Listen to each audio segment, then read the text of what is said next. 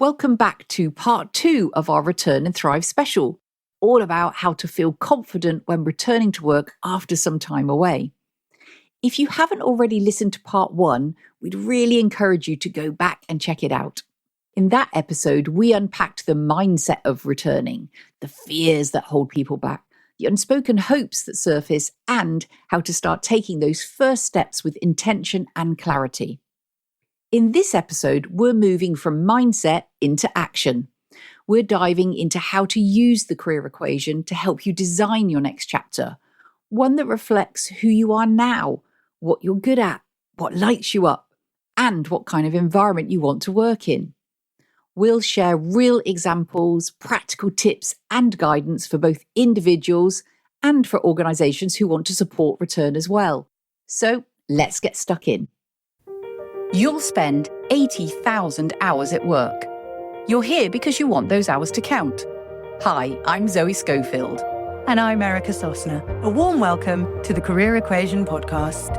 On this podcast, we take time out from our award-winning careers consultancy to share a game-changing formula to help you solve the sum of your life. Each week, we and our guests use the career equation to explore their story so far and help them unlock the secrets of a fulfilling career.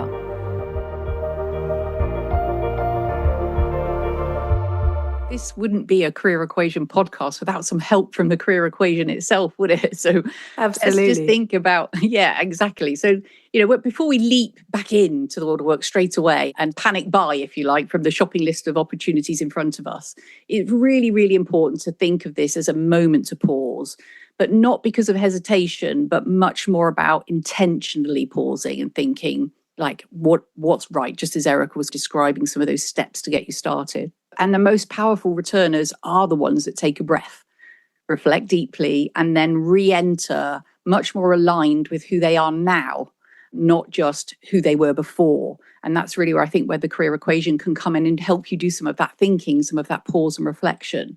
So, our framework is all about taking your skills, your gifts and talents, and applying to something that you're deeply passionate about, that you care about, that you're curious about, that you want to be involved in. And then seeing an impact of that work, seeing that you're making a difference, that your work has meaning. But importantly, and this is particularly important, I think, for returners, Erica, isn't it? That you apply those things in an environment that's going to help you to be at your best, that's going to nurture and nourish you in this period of return. And that skills, passion, impact environment will give you a really structured way to help you explore what truly matters to you and enable you to design a return that really feels focused, but also energizing and sustainable because it's connecting with you at heart, you on the inside, not a label that you're trying to find, in the world of work and attach to you, that you're finding it because it's who you are on the inside. So let's just take a moment to break those 4 elements down again, just so that we're getting really clear about how to do some of this thinking. So when we're talking about the skills, really do start with your strengths, but don't just look at your past job titles. Really reflect on everything that you've gained during your time away too. Maybe you've sharpened your resilience because you had to. Maybe you've become really emotionally intelligent, so you're really in tune with what's happening to those around you.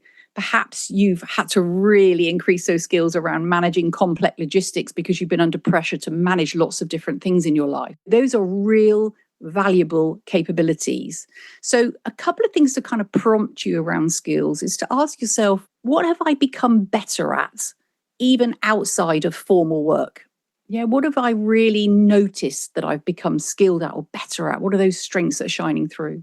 Also think about, what are people coming to me for?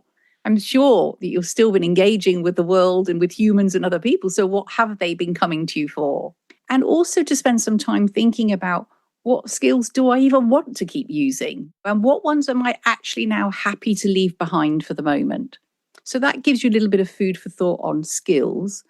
So let's think then a little bit about passion. One thing we do know when we talk to clients is that time away often really helps them to clarify what they maybe miss, but also get really clear about what they don't want. And so let that be a bit of a guide for you to help you really connect with what's energizing you, what excites your curiosity, what feels purposeful. And a couple of things you can ask yourself is, What did I love in previous roles and why? What was it about them? What experiences were they giving you? How did they look, feel, taste, sound? All of those things. What were the senses telling you that you loved about those previous roles? Think about, what have I discovered that I've started to care about more during my time away? So what have I noticed about where I'm shifting in terms of what matters most to me, what I'm intrigued about, what I'm passionate about, what I care deeply about? And what do you want more of in this next chapter? What do you want to bring with you in this sort of bag to go on this journey? What is it that matters to you? What are you engaged in? What are you interested in? What are you excited by? And then when it comes to the world of impact, this really is all about meaning and purpose and fulfillment. We all want our work to matter. So time away can really help you to reframe this profoundly. Maybe you want to help others. Maybe you really want to shape ideas. You see things moving so fast paced in tech that you think, I want to be part of this and shape ideas and solve problems. Or simply, I want to work for a cause that I really believe in. Something has occurred to me during this time away that really matters, and that's important. So begin to ask yourself, what kind of problems do I want to solve now? And who or what do I want to serve through my work? What do I want to see as those results? So where and how do I want to make a difference? Spending some time thinking about that will really help you to understand what success is going to look like for you as you move forward. And finally, the sort of fourth component, it really isn't just about what you do. This is really about the where and how you do it. So your needs, your new boundaries may have shifted. And so you've got to be thinking about, what is it that I need? And I think Erica described that brilliantly earlier. Now, what is it that you need to help you to be at your best and do your best work? Perhaps it's about more flexibility now.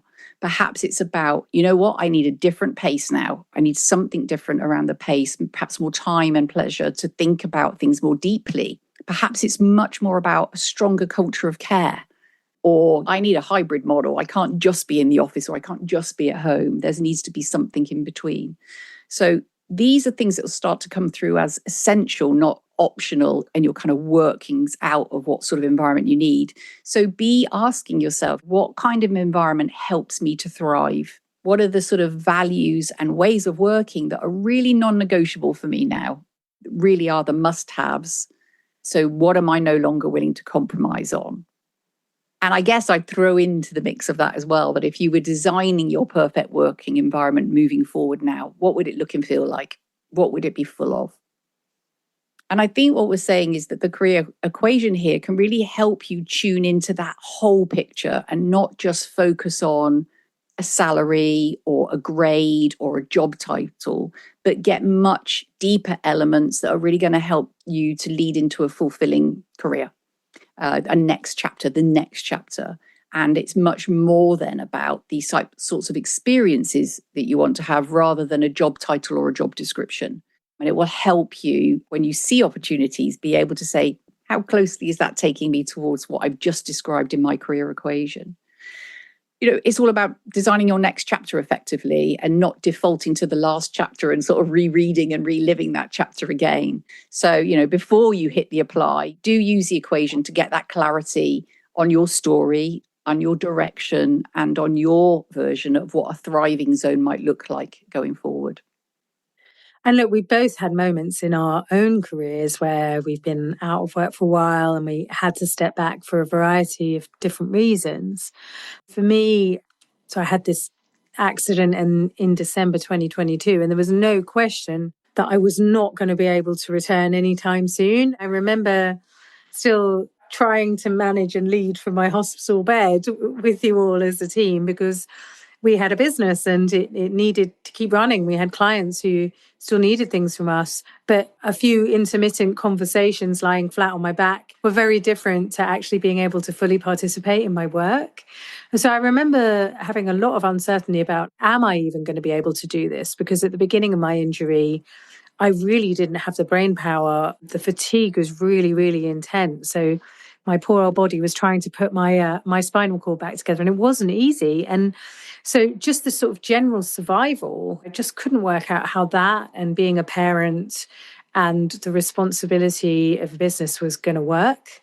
And was very, very grateful for the team doing an amazing job at keeping things running while I waited to see if it was possible.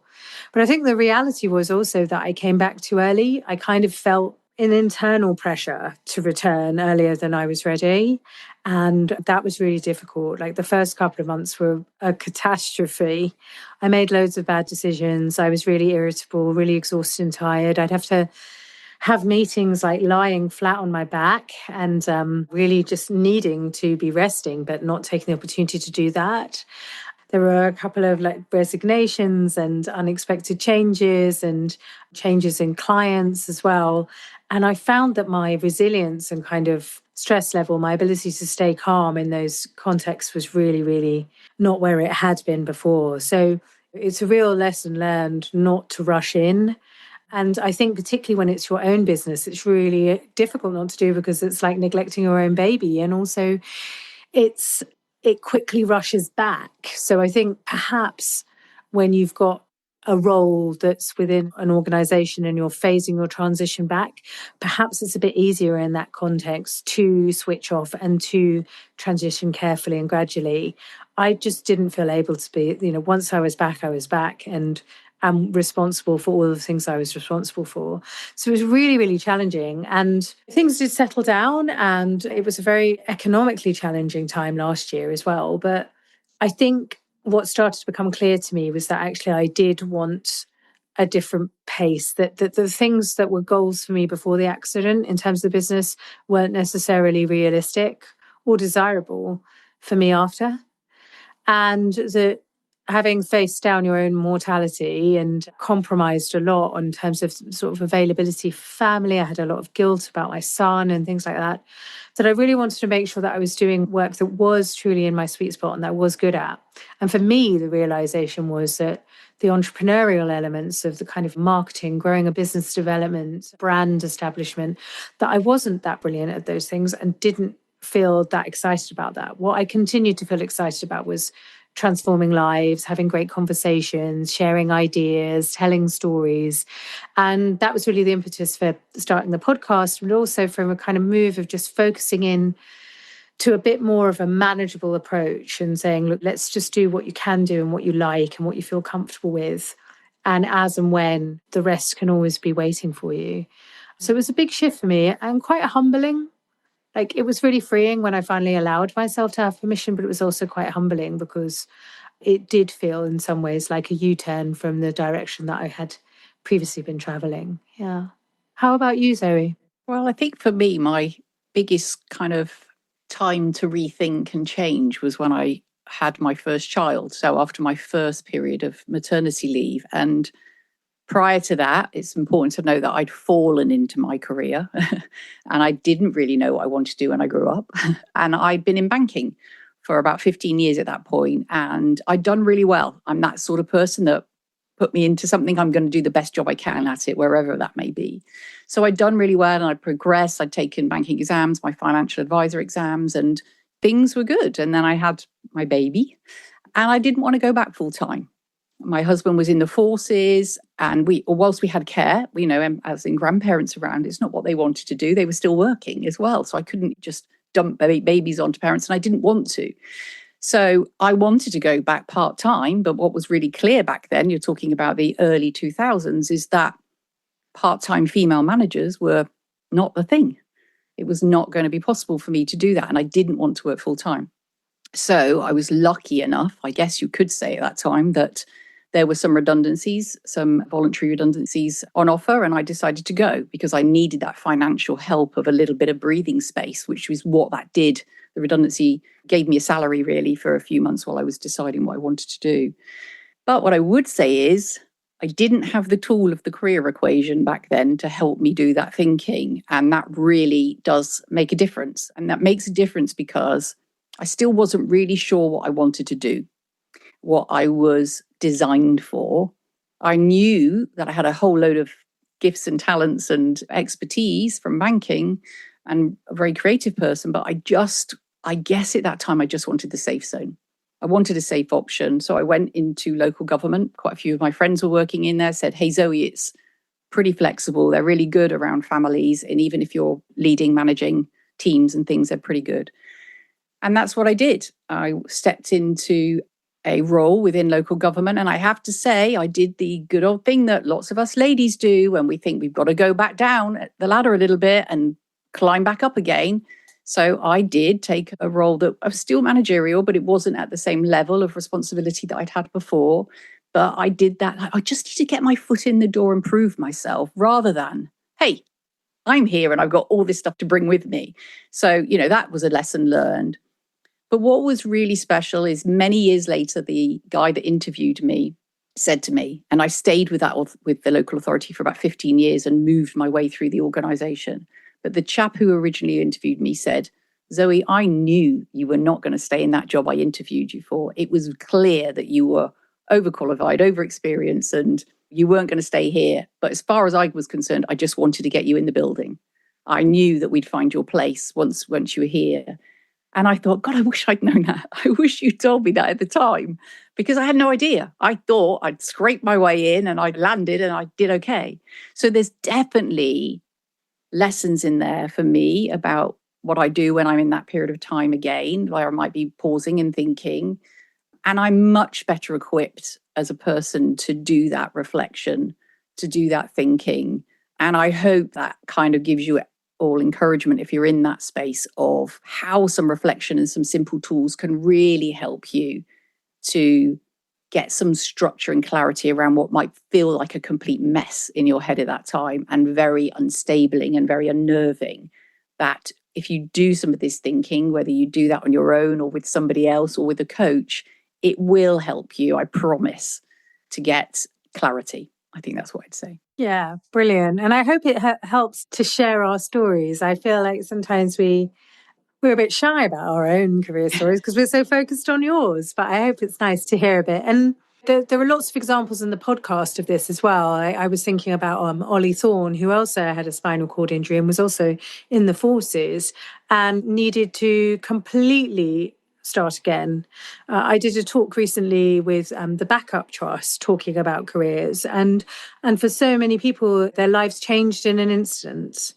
And what was physically possible before in terms of work was just not going to be possible the next time round. And it's a really inspiring story of how he found a new edge and he took that appetite for challenge and excellence that had really fueled a very rewarding and enjoyable world of work and placed it in a different field in the kind of performance and business development space. And then as he goes through his story, he then also talks about becoming a new parent just recently and how that again has caused reflection and change and paternity leave, and how it's a really good example of whether things are done to us or whether they're things that we choose. There are moments of pivot where it really does make sense to take a break, to take stock and to stop and think, but to also have the hope and belief that good things can still come out the other side that we might not have envisaged otherwise. Do you have an episode that relates to this kind of moment of career break and reflection? Yeah, definitely. I mean, the one that comes to mind for me straight away is Jane Brierley's. And if you dive into that episode, Jane, who works in TV and film industry, which is going through an incredibly tough time and challenging time at the moment, with literally thousands of talented professionals out of work, really contemplating, should I stay here in this industry or should I fly somewhere else and find new opportunities? And Jane was in that same position, but she still passionately loved the industry and was really determined to seek out new opportunities to bring her expertise, be creative, collaborate with people to bring brilliant new programs to what we see and hear.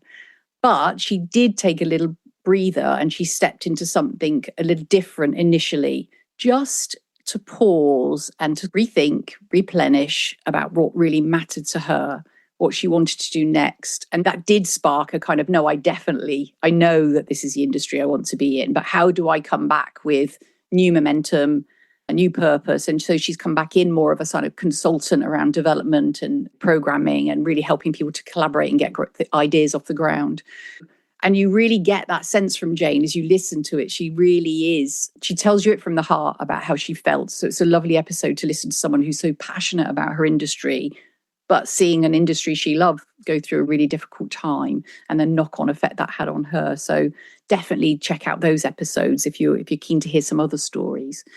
But let's just take a moment to focus on some of the sort of like practical takeaways or suggestions from us. So I think if you're looking at this from an individual perspective, remember that returning to work is a really big transition, but it is also an opportunity to build a working life that fits who you are now, not who you were before the break. And so some focused kind of practical steps just to help you move forward with a little bit of confidence is start with your own story and craft it with real intention. Perhaps try writing out a few sentences of narrative that explains your time away, but with pride and not an apology. Think of that as a little chapter summary, just something simple, confident, but forward facing, that perhaps it's saying, after taking some time out to care for family and reflect on my direction, I've gained real new clarity about the kind of work that energizes me and how I want to make a difference. And I've discovered and learned new opportunities. You could perhaps put in there that you've done a course or you've done some additional learning. And now I'm really focused on ... What is it? So just something really intentional about acknowledging, as Erica said earlier, about the honesty of, yes, this has happened to me, but this is what it's meant in terms of new perspective, new energy, and new ambition. Use the career equation to focus your search. So think about those things we said around skills, passions, and impact. And don't forget the environment piece, because it's super important to really think about what's going to help you to thrive. And start small and stay consistent. Don't try and leap straight away into something that's full-time and feels like, do I even want this? Where you feel like you've got to prove your worth. So think about some of those other ways that you can start: freelance, project work, phased return or short-term, volunteering, mentoring, like opportunities to test the micro version of an idea that you might have before fully committing 100%. So do sort of like testing the water, as Erica described it earlier. And update your materials. I think Erica said earlier, CV, LinkedIn, cover letters, like really reflecting on who you are now, your transferable skills, why you had the break, but intentionally, confidently setting that out. It really will help you step forward with confidence. Practice talking about your return. Practice saying that story. Talk with friends, with mentors, colleagues that you want to reconnect with. Say it out loud. Get used to that language around how you want to step into that story.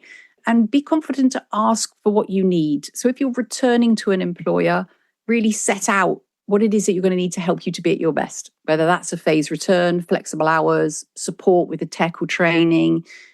All those kinds of things take a conversation. So really think about what that needs to be. And do connect with other returners. You're not alone, even if it does feel that way at the moment. There's lots of online groups of people returning to work. There's podcasts like ours that hopefully will give you some confidence and some tools to help you do the thinking. Hearing other people's stories can really help to normalize your experience and give you a different sort of perspective and practical advice. So let's just take a second then, Erica, think about what about if you're from an organizational point of view or an employer around helping returners? Returners are a huge untapped asset. They're experienced, they're motivated, they know their way around your organization, and they often bring huge fresh perspective. But the quality of their return experience can really make or break their long-term contribution and their confidence. So how do we think about supporting them well? First of all, meaningful conversations. Of course, we're going to say that. Don't just assess your returners and plonk them back in place. Really try and understand them. Create a space where they can have a human, meaningful conversation with you to explore what's changed for them, who they are now, what they want next, what kind of career experiences they're hoping to have, and what they need in order to return confidently. This deep listening from you is going to build trust. It's going to help to prevent any misunderstandings or mismatches or missed potential. And second, try to think about having a flexible approach to the path back. Not everyone can do or wants to return full throttle. Remember the mistakes that I made in my own return. So offer options like a phased return period with regular check-ins, perhaps a project-based start where they start working on a particular body of work in collaboration with others without taking on the whole remit of the role. And perhaps part-time and remote options, being mindful about some of the challenges that might now be occurring for them about logistics or their bodies, if those things are relevant. This shows that you value sustainable performance over time, not just quickly shoehorning people back and having them reintegrated with no thought for it being sustainable. Now, champion their value, help hiring managers, help teams to really shift their mindset that career breaks don't have to be seen as gaps in ability. They're chapters in people's growth. Their lives continued whether or not they were in the workplace. So really spotlight the stories you can tell about successful returners and those internal success stories. Share stats that navigate and explore what performance and retention can look like when returners are well supported. Be a place for best practice in that area. And perhaps consider creating a mentoring or a buddy system that helps to grow that extra layer of confidence and support. Return-friendly infrastructure, as it were, can make a huge difference. So think about onboarding programs tailored to returners, including one-to-one coaching both during and after the transition. Think about the role design and making sure it's fit for purpose for who they are now. Think about clear documentation on roles, expectations. How do they need to be revised, perhaps, or what needs to be prioritized or shifted to better suit them? And also offer training for catch-up. Catch-up can help so much with confidence on technical skills, on systems, on the sectorial shifts, on AI. All of these touch points just help to ease the pressure and to fast-track their contribution. So think about retaining them, not just returning them. A poor return experience is really costly in morale, reputation, rehiring for everybody concerned. And when returners feel unseen or unsupported, they may leave or they may stay and struggle silently, which is not what we want either. So when they feel heard, respected, empowered, they can really become some of your most loyal, effective, high-performing team members. In summary, I think supporting someone to return well, you don't just help them to land, you help them to take off and to fly. So look, I hope that we've convinced you that career breaks are normal, they're just part of life and nothing to be ashamed of, whatever their origins and whatever their story, and that returning is more than possible and it doesn't have to mean that you're starting from scratch. With the right support and mindset and strategy, you can find the best new opportunity, the best new moment in your career, and your returners can thrive if you're an employer. So this isn't about fitting back in, it's about coming back stronger, smarter, and even more aligned than you were before. If you want to subscribe, please share this episode with a friend or a colleague and follow us at The Career Equation on Instagram and YouTube as well for more ideas on how to build a work life that really works for you. Until then, thank you for all of your attention, all of your support and encouragement, and we'll see you next time on the Career Equation podcast. Bye-bye for now. Bye-bye. If you're returning to work, start with those practical steps we've just shared and do get in touch if you'd like to explore one-to-one coaching support. Just connect with us and book a call through the careerequation.com and you can schedule a free clarity call with Erica or myself. And if your organisation wants to support your returners better, then let's talk. We run regular workshops and advisory sessions that make a real difference on how the power of a quality career conversation can support your organisation to deliver for specific groups. Get in touch with us through the Career Equation website to find out more. Thank you for tuning in to today's episode of the Career Equation podcast. Stay connected with us on socials for more career insights, behind-the-scenes moments, and updates on upcoming episodes. And if you'd like to work with us, visit the Career Equation website or click the links in the show notes. Remember, the Career Equation isn't just a podcast, it's a journey towards unlocking your full potential, enjoying your life, and doing remarkable stuff. And don't forget to share your thoughts and feedback with us. Your input shapes the future of our show. Until next time, keep solving those career equations and pursuing your path to success. This is Erica Sosna and Zoe Schofield. signing off.